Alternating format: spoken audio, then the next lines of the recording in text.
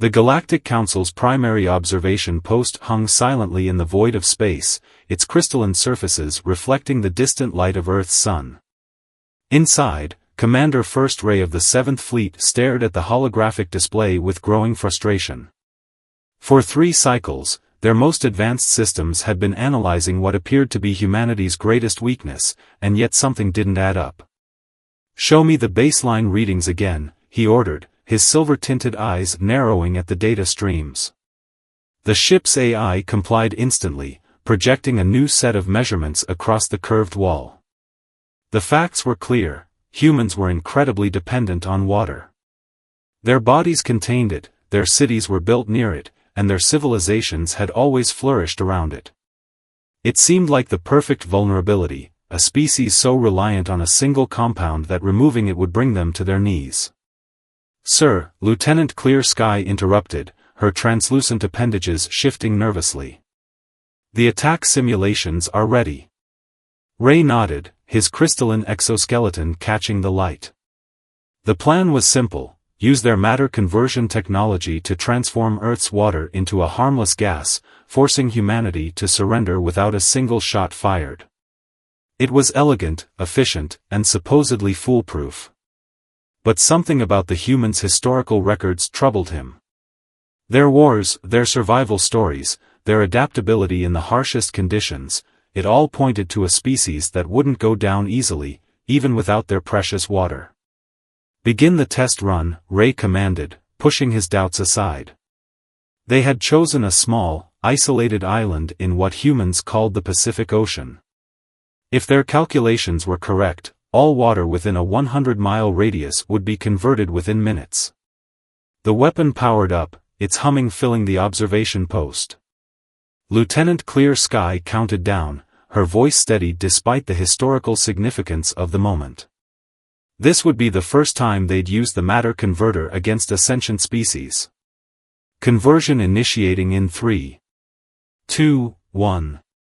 A beam of pure energy lanced down from their station, invisible to human detection systems. It struck the ocean's surface, creating a perfect circle of disruption. The water began to change, just as their simulations had predicted. But then something unexpected happened. The humans didn't panic.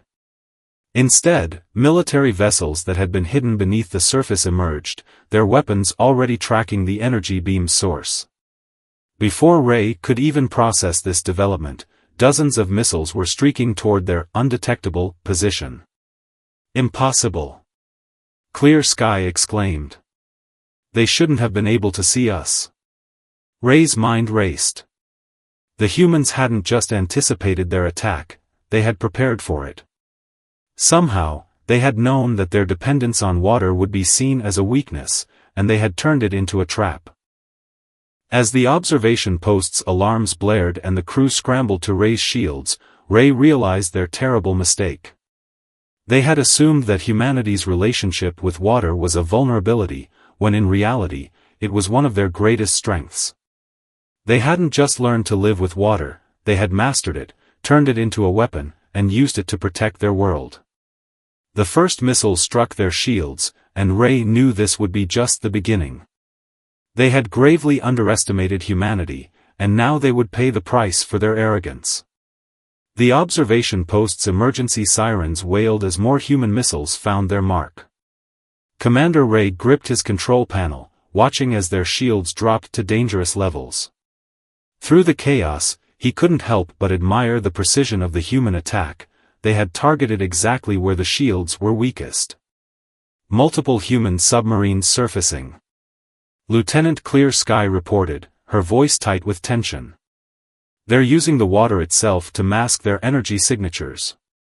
Our sensors can't get a clear reading." The revelation hit Ray like a physical blow. The humans hadn't just been living with water, they had learned to weaponize it in ways his people had never imagined. Their submarines could move silently through it, using thermal layers and salt concentrations to hide from even the most advanced alien detection systems. "Emergency transmission from the Galactic Council," another officer announced. They're reporting similar attacks across all observation posts." The humans knew we were here. They knew all along. Ray's silver eyes widened as the pieces fell into place. For years, human entertainment had been filled with stories about alien invasions. His people had dismissed these as primitive fantasy, but now he understood, they had been preparation. The humans had been gaming out scenarios like this for generations. Sir. Clear Sky's voice cracked with urgency. They're not just using conventional weapons. The water around us, it's changing. The view screen showed an impossible sight. The ocean below was moving in unnatural patterns, forming massive whirlpools that shouldn't have been possible. Human vessels rode these artificial currents, using them to launch more attacks from constantly changing positions. They've developed hydromanipulation technology, Ray breathed, finally understanding the depth of their miscalculation. They don't just use water, they control it. The observation post shuddered as another volley struck home. Warning lights flashed across every console as systems began to fail. Ray knew they had only moments to make a decision that would affect the entire galaxy's future relationship with Earth. Send an emergency broadcast to all fleet vessels, he ordered, his voice steady despite the chaos. Authorization code, Omega-7. Message begins, we have severely underestimated the human species. What we perceived as their weakness is actually their greatest weapon.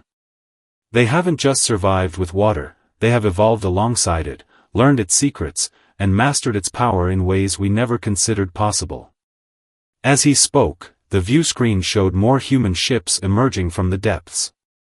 Each one carried weapons they had never seen before, technology that worked in harmony with the very element his people had thought would be humanity's downfall. Recommend immediate withdrawal of all forces and reclassification of Earth as a Level 10 civilization, Ray continued. These humans haven't just adapted to their water-rich world, they have turned it into an impenetrable fortress. End message. Lieutenant Clear Sky looked at her commander with a mixture of fear and respect. Sir, if we retreat now. If we don't retreat now, there won't be anything left of us to report back, Ray finished grimly. The humans have not only anticipated our attack, they have prepared for it in ways we never imagined possible. This isn't just about water anymore. It's about understanding that what we see as a weakness in others might actually be their greatest strength.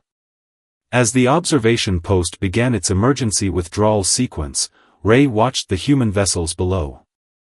They maintained their attack positions but didn't press their advantage to destruction.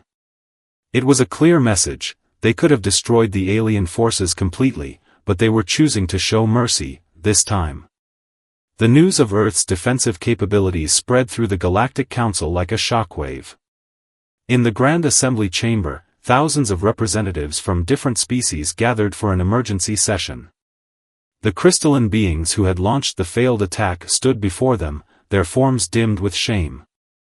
High Elder Blue Star, the Council's most respected leader, studied the holographic replay of the Earth encounter. The images showed human vessels moving through water with impossible precision, their technology seamlessly integrated with their environment in ways that defied alien understanding. So it seems, Blue Star addressed the assembly, that our assessment of Earth was not just wrong, it was dangerously wrong. Commander Ray, please share your direct observations with the Council. Ray stepped forward, his silver eyes reflecting the countless faces watching him. Honored Council, we approached Earth believing we had found their critical weakness. Instead, we discovered that humans have developed a relationship with water that goes beyond simple survival. They have turned their entire planet into a weapon. The chamber erupted in murmurs as Ray displayed footage from the battle. Human submarines emerging from depths that should have crushed them. Ships riding artificially created waves. Water itself being manipulated as a shield and weapon. But how? Demanded a representative from the fire plains of Pyrox. Water is just a simple compound. We have mastered far more complex elements. That's exactly where we went wrong, Ray explained, bringing up new data streams. We saw water as just a compound. Humans see it as part of themselves. Their bodies are made of it. Their world is covered in it. They don't just use water, they understand it on a level we never considered possible. The holographic display shifted to show human cities, their water management systems, their ocean research facilities. Each image revealed another layer of humanity's mastery over their supposedly vulnerable resource. "There's more," Lieutenant Clear Sky added, stepping forward. "Our analysis of their entertainment media shows they've been preparing for extraterrestrial contact for generations. What we thought was primitive storytelling was actually a sophisticated system of scenario planning." The council chamber grew quiet as the implications sank in. A species that could turn its perceived weakness into its greatest strength was not to be underestimated. "And now they know we're here," Ray continued grimly. "They know we tried to use their water against them. But instead of launching a counterattack, they showed restraint. They demonstrated their power and let us retreat." High Elder Blue Star raised a luminescent appendage for attention. "The question before this council is clear. How do we proceed with a species that has not only survived our attack but revealed capabilities far beyond our initial assessment?" A new hologram appeared, showing Earth's oceans teeming with life. "Their mastery of water isn't just technological," Ray explained. "They've learned to live in harmony with countless aquatic species. They've adapted to every water environment on their planet, from frozen poles to tropical seas." "And their water-based defenses?" another council member asked. "Nearly impenetrable," Clear Sky responded. "They can detect movements in their oceans that our sensors can't even register. They've developed weapons that use water pressure in ways our shields can't counter. And most importantly, they understand their environment in ways we never will because they evolved with it." The council chamber fell into deep discussion. The failed attack on Earth had revealed something unprecedented, a species that had turned its homeworld's most abundant resource into both a cradle and a fortress. High Elder Blue Star raised both appendages, calling for silence. "It seems we must reconsider everything we thought we knew about Earth and its inhabitants. This is no longer about finding their weakness. This is about understanding a species that has mastered their environment in ways we never imagined possible." While the Galactic Council debated humanity's newfound status, Earth's Unified Defense Command was having its own emergency meeting deep beneath the Pacific Ocean. In a massive underwater facility called Deep Point 1, military leaders from around the world gathered to discuss the alien encounter. Admiral Smith stood before a wall of screens showing the aftermath of their defensive action. The alien observation posts had retreated, but everyone knew this was just the beginning. "Ladies and gentlemen," he addressed the assembled leaders, "Operation Water Shield was successful, but we need to prepare for what comes next."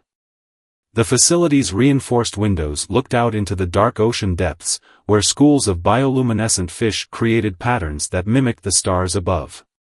Human technology had advanced to the point where they could build these underwater strongholds, using the ocean's pressure as both protection and power source. "The aliens thought water was our weakness," the Admiral continued, bringing up holographic displays of the battle. "Instead, they learned it's our greatest defense. But we can't assume they won't try again with a different approach." Dr. Wells, head of the Aquatic Technology Division, stepped forward. Her team had been responsible for developing many of the water-based weapons that had driven off the alien forces. "We've analyzed their matter conversion technology," she reported. "It's advanced, but it has a critical flaw: it can't handle the complexity of Earth's water systems." The screens showed detailed analysis of the alien weapons' effects. "They tried to convert our water into gas," Dr. Wells explained, "but they didn't account for the billions of microorganisms living in it, the dissolved minerals, the varying pressure levels, and most importantly, our own modifications to the ocean's composition." For decades, humanity had been secretly preparing for this moment. They had engineered microscopic organisms that lived in Earth's oceans, creating a living defense network that could detect and respond to threats. The aliens' attempt to convert the water had failed partly because Earth's oceans were no longer just water, they were a carefully managed ecosystem of natural and artificial life. Our next step, Admiral Smith announced, is to demonstrate to these aliens that we're not just defending ourselves, we're ready to take the fight to them if necessary. He brought up new schematics showing vessels unlike anything in human history. The designs revealed ships that could transform water into exotic states of matter, creating weapons that could pierce even the most advanced alien shields. They had submarines that could generate temporary wormholes using water pressure, and carriers that could launch aircraft through artificially created water tunnels in space. Project Hydro Ascendant is ready, a scientist named Dr. Reed announced. We can now use water in ways that even the aliens haven't imagined. We've learned to change its fundamental properties, to make it behave in ways that defy their understanding of physics. The assembly watched in awe as test footage showed water being transformed into structures harder than steel, then back to liquid in seconds. Other clips demonstrated how they could use ocean currents to generate energy shields that could withstand even the aliens' most powerful weapons. But our greatest strength, Admiral Smith concluded, isn't just our technology. It's our connection to water itself. We evolved with it, we understand it, and we respect it. The aliens saw it as a simple compound to be manipulated. We know it's the foundation of all life on Earth. The meeting concluded with a unanimous decision.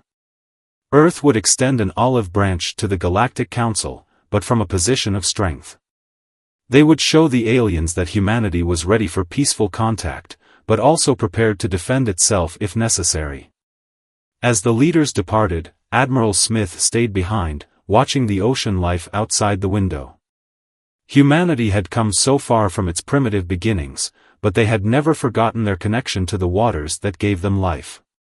What the aliens saw as a weakness had become their greatest triumph. The first official contact between Earth and the Galactic Council took place in the most fitting location possible, the middle of the Pacific Ocean.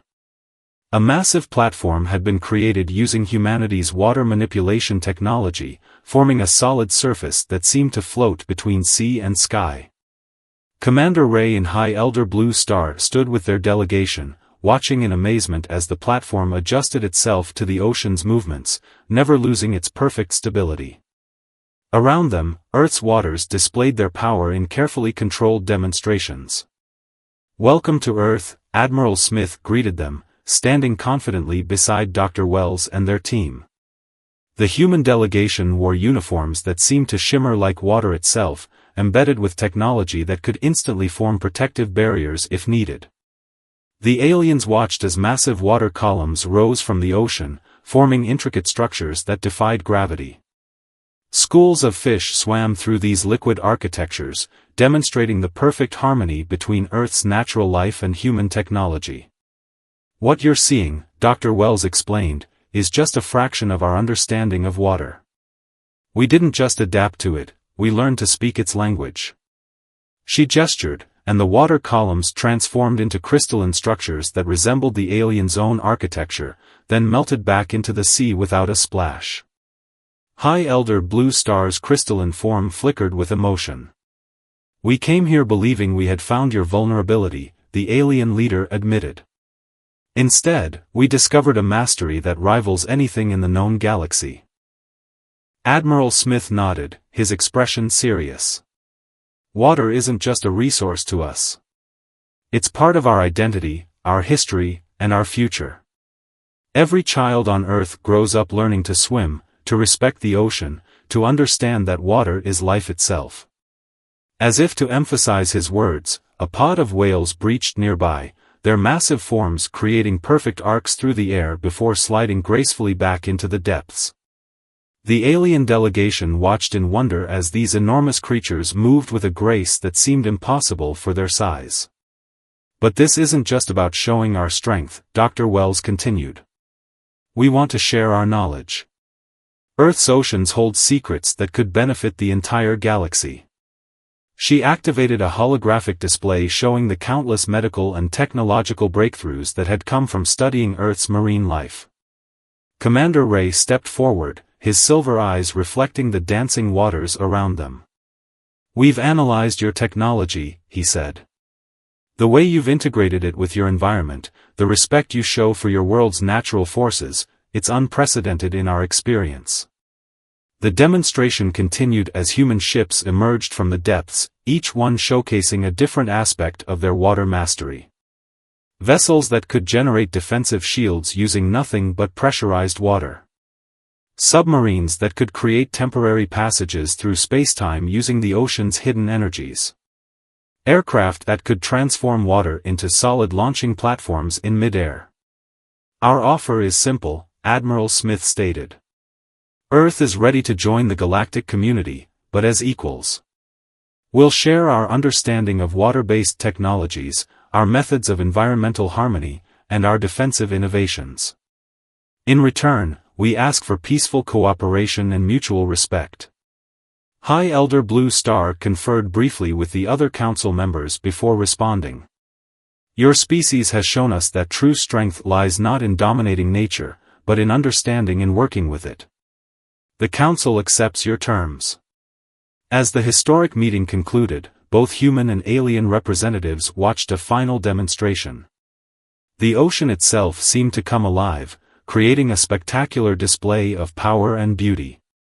Water danced in impossible shapes, caught the light in ways that created rainbow bridges between sea and sky, and showed everyone present that humanity's supposed weakness was actually the greatest power on Earth. 3 months after the historic first contact, Earth had become the galaxy's leading authority on water-based technology.